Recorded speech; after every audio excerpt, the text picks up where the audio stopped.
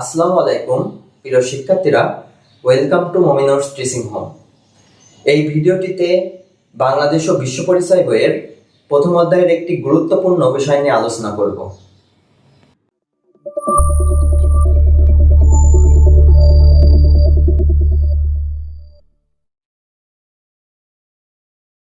এই ভিডিওটিতে তোমাদের 5 নম্বর পৃষ্ঠার পরিচ্ছেদ 1.2 বাঙালি জাতীয়তাবাদের বিকাশে রাজনৈতিক আন্দোলনের ভূমিকা থেকে আলোচনা করা হবে। তো আলোচনার পূর্বেই আমরা অধ্যায়ের এই পরিচ্ছেদের সবচেয়ে গুরুত্বপূর্ণ যে অংশটুকু আছে, গুরুত্বপূর্ণ যে তথ্যগুলো আছে ওইগুলো আমরা উপস্থাপন করছি। 5 সেকেন্ড সময় দেওয়া আছে, এর ভিতরে তোমরা স্ক্রিনশট নিয়ে নিবা আশা করি।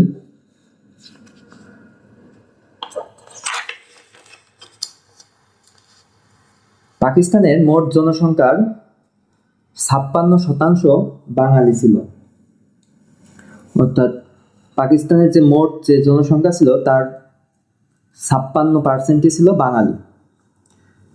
1949 সালের 23শে জুন ঢাকার রোজ গার্ডেনে এক সম্মেলনের মাধ্যমে পূর্ব পাকিস্তানে আওয়ামী মুসলিম লীগ গঠন করা হয়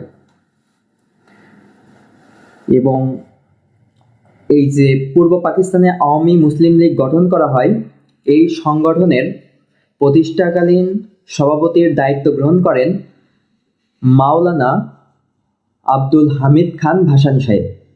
সাধারণ সম্পাদকের ভূমিকায় ছিলেন টাঙ্গাইলের শামসুল হক এবং যুগ্ম সম্পাদক ছিলেন শেখ মুজিব। এবং 1955 সালে পূর্ব পাকিস্তান আওয়ামী মুসলিম লীগ থেকে মুসলিম শব্দটি বাদ দেওয়া হয়। অর্থাৎ আমরা যে অংশটুকু পড়ব এখান থেকে মাত্র এই 4টা তথ্য সবচাইতে গুরুত্বপূর্ণ। এবার চলে যাচ্ছি মূল বইয়ের আলোচনায়।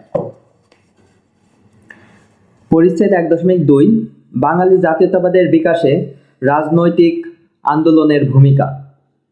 পাকিস্তানের মোট জনসংখ্যার 56% বাঙালি হওয়ার পরও রাষ্ট্র পরিচালনা, প্রশাসনিক দায়িত্ব পালন, অর্থনৈতিক ও রাজনৈতিক অধিকার ভোগ সহ সর্বক্ষেত্রে পশ্চিম পাকিস্তানি শাসক গোষ্ঠী কর্তৃত্ব শুরু করে। অর্থাৎ পাকিস্তানের মোট জনসংখ্যার বেশি মানুষ বাঙালি হওয়া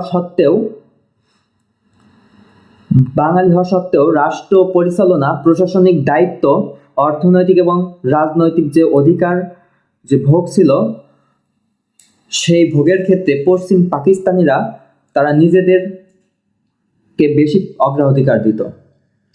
বাঙালি তথা পূর্ব বাংলার সাধারণ মানুষ সকল ক্ষেত্রে বঞ্চিত হতে থাকে। ধীরে ধীরে রাজনৈতিক তৎপরতার মধ্য দিয়ে মানুষ বঞ্চনার ব্যাপারে সচেতন হতে থাকে। আওয়ামী মুসলিম লীগ গঠন। পাকিস্তান প্রতিষ্ঠার পর কেন্দ্রীয় সরকার ও কেন্দ্রীয় মুসলিম লীগে বাঙালিদের প্রতি বৈষম্য শুরু হয়। পাকিস্তান রাষ্ট্র প্রতিষ্ঠার পর কি হয়, 2টা ভাবে বৈষম্যের শুরু হয়। সেটা হলো কেন্দ্রীয় সরকার এবং কেন্দ্রীয় মুসলিম লীগে বাঙালিদের প্রতি বৈষম্য শুরু হয়। এর ফলে দ্বিজাতি তত্ত্বের ভিত্তিতে প্রতিষ্ঠিত পাকিস্তানে বাঙালিদের স্বপ্নভঙ্গ হয়। এই প্রেক্ষাপটে পূর্ব বাংলার প্রগতিশীল ও গণমানুষের নেতৃত্বে বাঙালিদের অধিকার আদায়ের জন্য আওয়ামী মুসলিম লীগের জন্ম হয়। তাহলে আওয়ামী মুসলিম লীগের জন্ম কিভাবে হয়? কারণ দ্বিজাতি তত্ত্বের ভিত্তিতে মূলত আওয়ামী মুসলিম লীগের জন্ম হয়। 1949 সালের 23শে জুন ঢাকার রোজ গার্ডেনে এক সম্মেলনের মাধ্যমে পূর্ব পাকিস্তান আওয়ামী মুসলিম লীগ গঠন করা হয়। এই সংগঠনের প্রতিষ্ঠাকালীন সভাপতি ছিলেন মাওলানা আব্দুল হামিদ খান ভাসানী, সাধারণ সম্পাদক শামসুল হক, যুগ্ম সম্পাদক শেখ মুজিবুর রহমান। শুরুতেই দলটি বাঙালিদের স্বার্থে একটি বিস্তৃত কর্মসূচি গ্রহণ করে।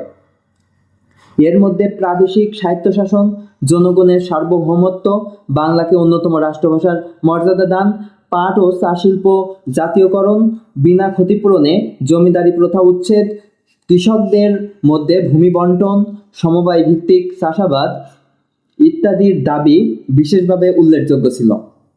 এই দাবি উত্থাপনের কারণে দলটি দ্রুত পূর্ব বাংলার জনগণের কাছে প্রিয় হয়ে ওঠে। মূলত এইসব কারণেই পূর্ব বাংলার জনগণের কাছে আওয়ামী মুসলিম লীগ সংগঠনটি প্রিয় হয়ে ওঠে। 1955 সালের অসাম্প্রদায়িক রাজনৈতিক আদর্শকে অধিকতর প্রতিফলন ঘটানোর জন্য পূর্ব পাকিস্তান আওয়ামী মুসলিম লীগের নাম পূর্ব পাকিস্তান আওয়ামী লীগ করা হয়। অর্থাৎ মুসলিম শব্দটি বাদ দেওয়া হয় কি কারণে? সেটা হলো অসাম্প্রদায়িকতার কারণে, অসাম্প্রদায়িক রাজনৈতিক আদর্শটা প্রতিফলনের জন্য মুসলিম শব্দটি বাদ দেওয়া হয়। ফলে ধর্ম পরিচয় নির্বিশেষে সকল বাঙালি জাতীয়তাবাদের ধারায় অংশগ্রহণের সুযোগ পায়।